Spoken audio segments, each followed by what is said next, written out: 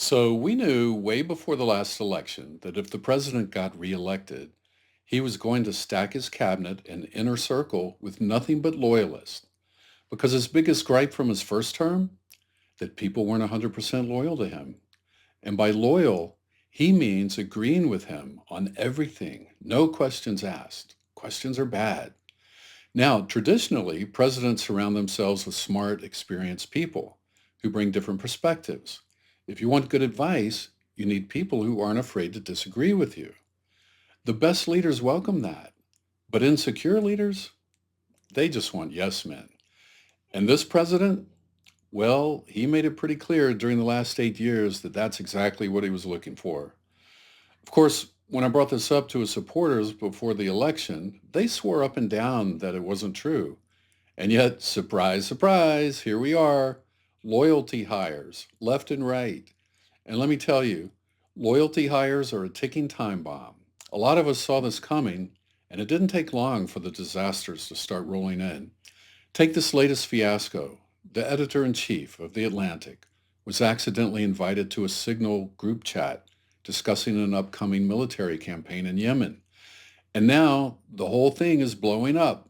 And I mean that every day more details are coming out that are making these people look even more incompetent.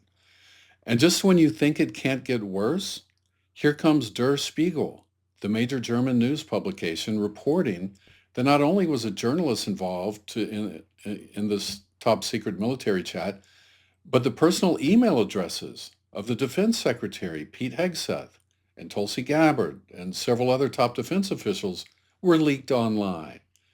Oh, and some of their passwords, too. This, my friends, is amateur hour and it's dangerous. And this is exactly what happens when you prioritize loyalty over competence, experience, or even basic integrity. Now, I know a lot of Christians who supported the president, but if you're one of them, ask yourself, are you really okay with loyalty being valued above honesty, competence, and moral character?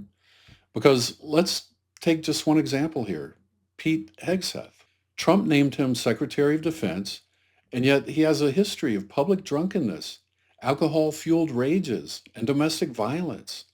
If you're a Christian and that doesn't bother you a little bit, I'd strongly urge you to take a step back and ask yourself, are you compromising what you believe for the sake of political power? How important really is your faith to you? And consider whether or not you might be compromising what God's word teaches for the sake of political expediency. And if you're not a Christian and you're looking on to all this and saying, how can Christians do these things? Well, if you saw Pete Hegseth the other day lying and denying that he had done what he had obviously done, and then continuing on to defame his accuser and to defame the good name of the editor-in-chief of The Atlantic and to tell vicious lies about him, all for the purpose of destroying his reputation so he could salvage his own. If you saw that and you came away saying Christians are just a bunch of hypocrites, I don't blame you. Now, I can't speak as to whether or not Hegseth is really a Christian. I mean, there are a lot of people who claim to be, but when you talk to them, you find out they don't really have any idea what Christianity is about. But I will say this, whether he is or not, what he did the other day is contrary to all biblical teachings. It's a sin to do what he did. He lied and he defamed a man. And Christians need to be able to call that out and say it's a sin. Public Christians like Franklin Graham. Where is Franklin Graham? He certainly didn't mind calling out the sins of Bill Clinton. It's totally understandable to me as a Christian how the non-Christian world might look onto all this and say, this religion is no different than anything else. Because all they can see from their point of view, which is mainly whatever makes the news, is people calling themselves Christians and acting worse than people who aren't. All right, so that's the morality side. And if that's not enough to make you question supporting these people, then let's look at the experience side. What about Hegseth's experience? Maybe he's so highly qualified that it's worth putting up with the morality problems? Is that what you're thinking? So let's look at his qualifications for this position. Basically, he has none. He was in the military, but nowhere near a high-ranking position.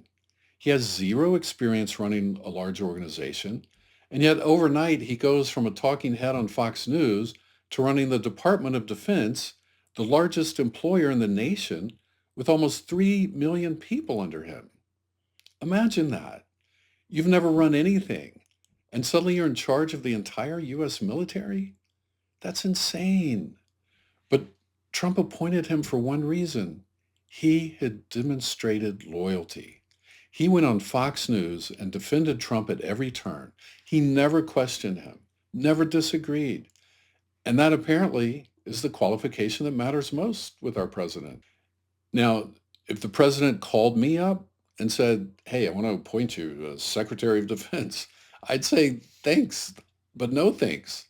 I love my country too much to put its military and its whole defense capability in the hands of someone as unqualified as me. But Hegseth, he said yes. And now we're in the middle of this unbelievable showing of incompetence. And yeah, sure, they're saying the Yemen operation was a success. Great. But just because you got lucky this time doesn't mean you'll get lucky next time. Sloppiness eventually always catches up to you. And when you're dealing with national security, the cost of failure is catastrophic. That's why these guys have to be more careful. Which brings me to something else that caught my attention. The other day, Trump had a meeting, I think 2 days ago, with his newly appointed ambassadors. And as I was watching, I noticed that something that no one else seemed to pick up on in the media. One by one, as these ambassadors introduced themselves, they went out of their way to flatter him.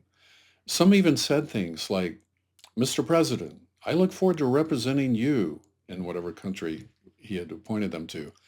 But here's the thing, ambassadors don't represent the president. They represent the United States. And then it got even weirder.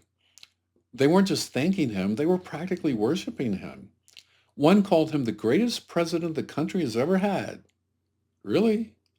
I guess he wasn't old enough to remember George Washington. Another said, this is the greatest presidency and the greatest time in our history, and it's all because of you. And one ambassador didn't even say she was serving the U.S. She said, I'm serving you. I mean, come on, you're serving your country as an ambassador. You're not there to worship the president. Anyway, here's the clip. Just watch and listen to how over the top all this is. We're going to have a little session today on the ambassadors. It's a group of people that were selected. They're doing very well. They're very far along in the process. And they're going to each introduce themselves and talk about the country that they're going to. They might say a little bit about themselves also.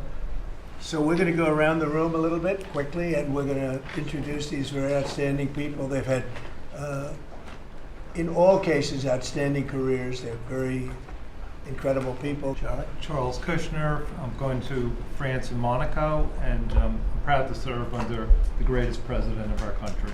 James Blair.